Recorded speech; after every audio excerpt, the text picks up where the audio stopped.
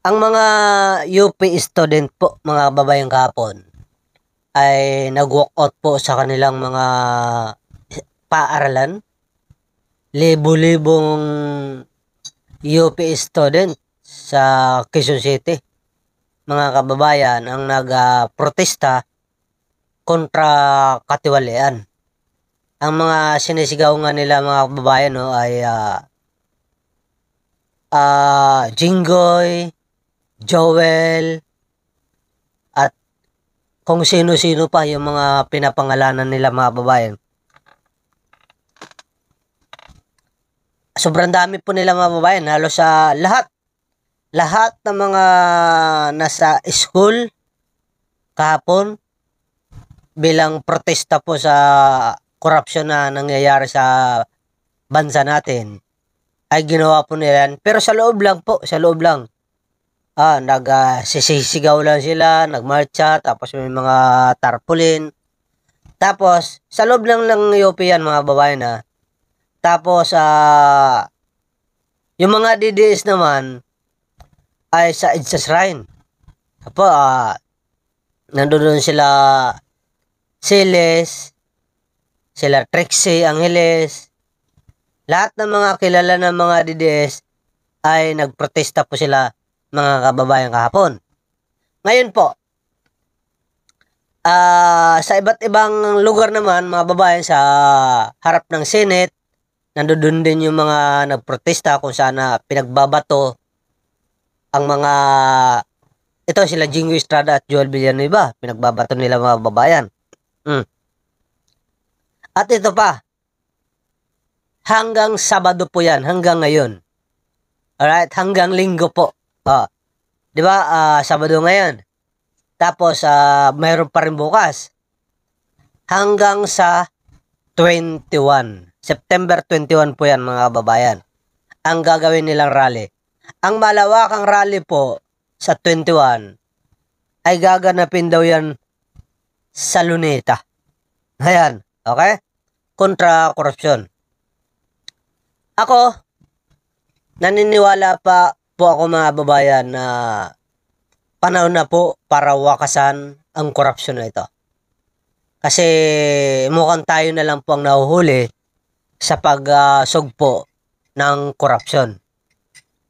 Pero naniniwala din po ako na dahil sa tulong ng presidente natin at ng ibang mga ahensya ng gobyerno ay masasawatan talaga ito. Example po na nga lang dyan mga kababayan, yung pagsasampa ng kaso unang-una ni Secretary DPWH Vince Dizon. Di po ba? Yan po ang patunay na seryoso sila mga babayan at nakikita po ng tao yan. At ang pangako pa nga dito ni Vince Dizon ay at saka ni DOJ Boying Remulla ay hindi matatapos sa pagkakulong lang. Hindi matatapos siya sa pagkakulong lang. Kailangan maibalik po nila ang kanilang mga ninakaw. Totoo yan. Ako, sangayon ako dyan na dapat ibalik ang kanilang mga ninakaw. Yung ninakaw lang. Pero yung pinaghirapan naman nila, ibigay sa kanila yan. Computin ninyo kung magkano talaga ang kinikita nila. Halimbawa, ito si Hernandez. Bryce Hernandez. Inamin niya ng kanyang sahod 70,000 lang a month. 70,000 a month bilang engineer. Ang kanyang misis sumasahod po sa loob ng DPWH 67,000. Ang minimum na po yan a month. Pero nakakabili sila ng 30 million na sasakyan. 25 million na Ducati. Ayan yung mga binibili nila. Mga kababayan, halatang halata po na talagang malaki po ang kinikita nila sa mga proyektong ito. Kasi nga, unang-una, substandard ang kanilang pakagawa. Pangalawa, ghost project ang karamihan. Kumukubra lang sila sa gobyerno, pero ang mga proyekto hindi po nagagawa. Ha? Isa pa, yang sila Alcantara. Pinagsusugal yan. Bilyon-bilyon po. Bilyon na po, bilyon ang pinapatalo po nila. Bakit nila ginagawa yan? Kasi nga, malaki po talaga ang nakukuha nila sa gobyerno. Hindi sila magsusugal ng wala silang nakukuha ang pakinabang. Ha?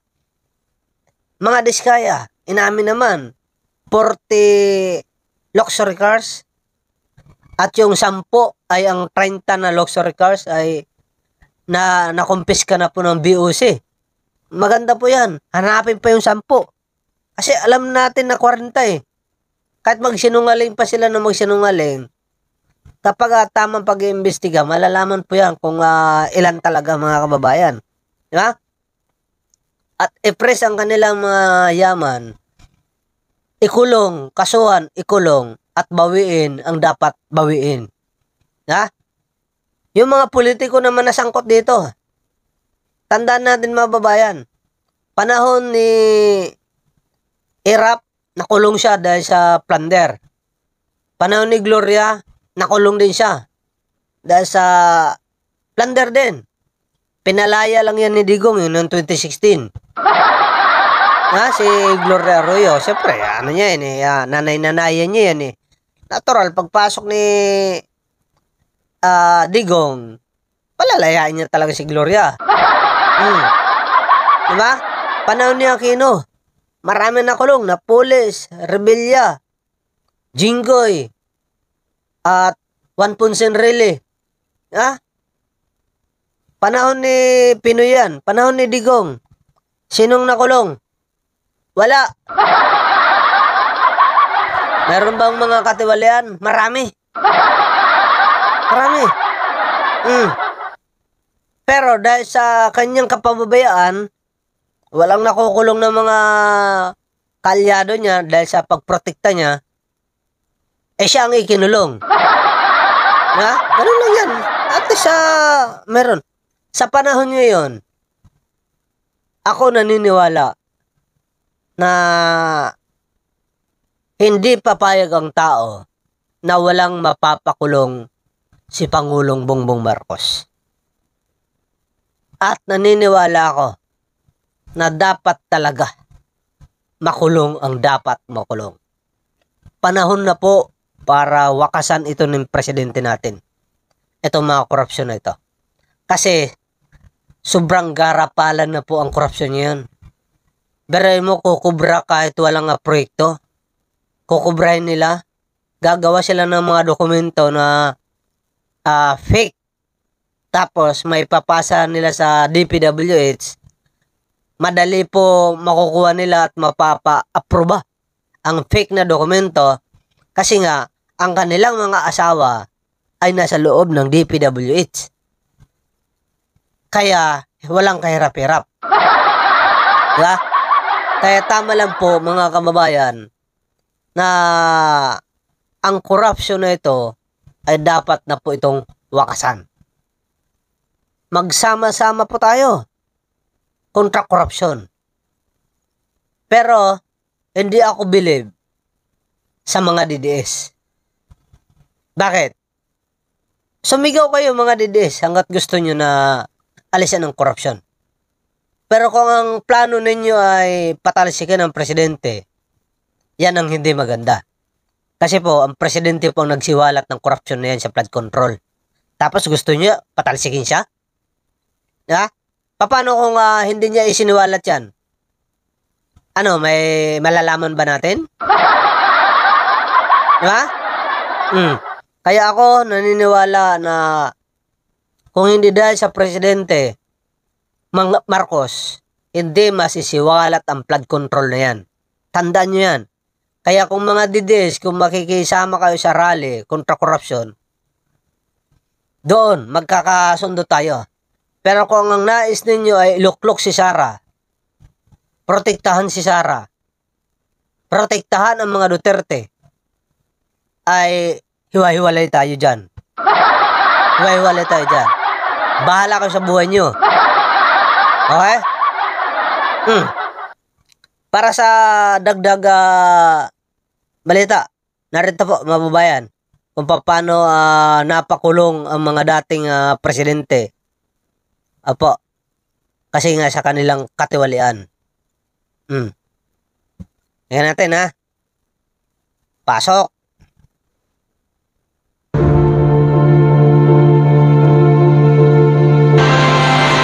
Hindi lang naman ngayon may mga opisyal ng gobyerno na nasangkot sa katiwalian. Mula sa mga dating senador hanggang sa mga dating pangulo, marami nang naakusahan at meron pang nakasuhan. Ang tanong ng taong bayan, may napanagot na ba noon at paano naman ngayon? Nakatutok si Sandra Aguinaldo. Minsan sa ating kasaysayan may nakulong ng dating Pangulo, ilang senador at mga dating opisyal ng gobyerno matapos madawit sa katiwalian. Nariyan ang kontrobersya kaugnay sa pagtanggap umano ng weteng payola at stock manipulation na nauwi sa impeachment at pagpapatalsik sa pwesto kay dating Pangulong Joseph Estrada. Si Estrada nakulong at nahatulang guilty sa kasong plunder pero kalaunan ay nabigyan ng executive clemency.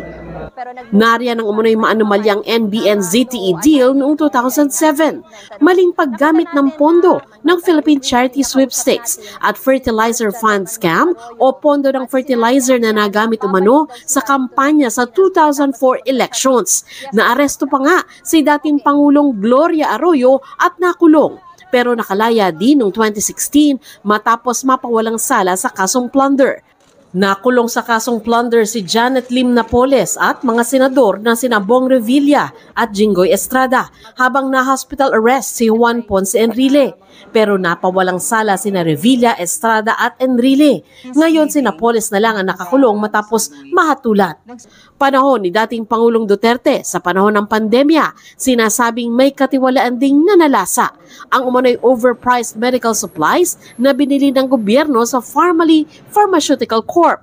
Nasa korte pa ang kaso at nakakulong si Lloyd Christopher Lau, dating opisyal ng Procurement Service ng Budget Department.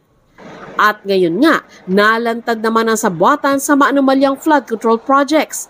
Sa pagsusuri raw ng grupong Right to Know Right Now, isang Freedom of Information Advocacy Group, nakita nilang naging mas malawak at garapal ang katiwalian sa flood control. Nagbaba ng project si ganyan. Ang ganyang politiko, ibababa sa field, let's say sa DPWH.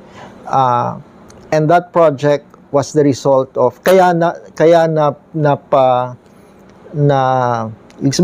why it was identified with the politician, is because it's the politician that was responsible for the insertion of that project in the GAA. At may sinasabi na nalagay pa lang sa GAA ay tumatakbo na yung SOP. Hindi pa nagbabayaran o hindi pa nga nabibid, tumatakbo na yung SOP. Ngayon kaya nakikita, but how brazen the system has become. Panawagan ng grupo sa gobyerno, tiyaking mapapanagot ang dapat managot. Si Pangulong Marcos may binuo ng Independent Commission for Infrastructure na habol sa mga nangurakot sa pondo para sa flood control projects. They have subpoena powers to investigate anything and anyone. Sa ngayon, hindi pa rin pinapangalanan kung sino ang bubuo sa komisyon. Ang DPWH nagsimula ng maghain ng mga kaso laban sa ilang opisyal ng kagawaran. Ang pangako ni Secretary Vince Dizon, hindi raw ito matatapos sa pagpapakulong ng mga sangkot. Kailangan ibalik ang pera ng tao dito. I will meet with the Anti-Money Laundering Council sa Lunes para ma-discuss na natin ang possible freezing and later on forfeiture of assets ng mga involved dito sa grabing pagnanakaw ng pondo. Gagawa rin daw sila ng mga polisiya para masarhan ang butas na nagiging daan ng katiwalian sa mga proyekto ng gobyerno. Pero paano matitiyak na kapag hubo pa na ang ingay at nabaling na ang interes ng publiko sa iba, patuloy na sisingilin ang mga nagkasala? Sabi ng Right to Know Right Now, dito papasok ang kahalagahan ng pagluluklok ng matinong ombudsman na magpupursige sa kaso. Naglabas din ang Right to Know Right Now Coalition ng isang statement that calls for a bold and correct choice for the next ombudsman, one that is fiercely independent and proactive. The greater mandate and responsibility falls on the institutions constitutionally designed to provide us precisely that function, and that's the Office of the Ombudsman. Sa ngayon ay nagpapatuloy pa ang paghanap sa bagong ombudsman na hahalili sa nagretirong si Samuel Martires. Para sa GMA Integrated News, Diba? Mahalaga yan. Kaya ako naniniwala na para matapos ang mga korupsyon na yan hanggang sa mula 2016 na pamayagpag ng mga diskaya, iloklok natin dyan si DOJ Boying Remulla. Matik talaga yan. Walang makakalusot ng mga korupsyon dyan. Diba? Yan ay opinion ko lang naman yan. Alam naman natin na maraming magagaling dyan. Pero siyempre dapat sigurado. Yung walang pinoprotektahan. Mahirap naman kasi kung iluluklok ninyo yung sarili nyo lang. Halimbawa, iluluklok natin na ombudsman, yung kagustuhan lang ni Amy Marcos. Eh di, kapag nangyayari yan, ligtas na mga Duterte. Kasi Duterte yan si Amy Marcos eh. Paano naman yung katiwalian? Ha? Paano naman yung mga nasasangkot dito? Kaya mahalaga na solid at patas ang mailalagay dyan bilang ombudsman. At doon naman sa gobyerno na natin, sa AMLAC, money anti-laundering ba? Tama? AMLAC. Sa inyo naman, mga ma'am, mga sir, kunting bilis. Baka mamaya, bago nyo pa ma-freeze yung ari-arian ng mga magnanakaw na ito, na-withdraw na nila lahat ng kanilang pera. Dapat kunting bilis tayo para, kasi po, sa totoo lang, kapag hindi nyo ito na ayos, hindi ako magtataka na umabot tayo sa Nepal. Ang mga protesta niyan. Kaya ngayon, nagpipigil lang mga yan. Hindi po ako nagbabanta. Hindi po, natatakot ako na baka umabot tayo sa ganun. Alright? Salamat po sa inyong lahat.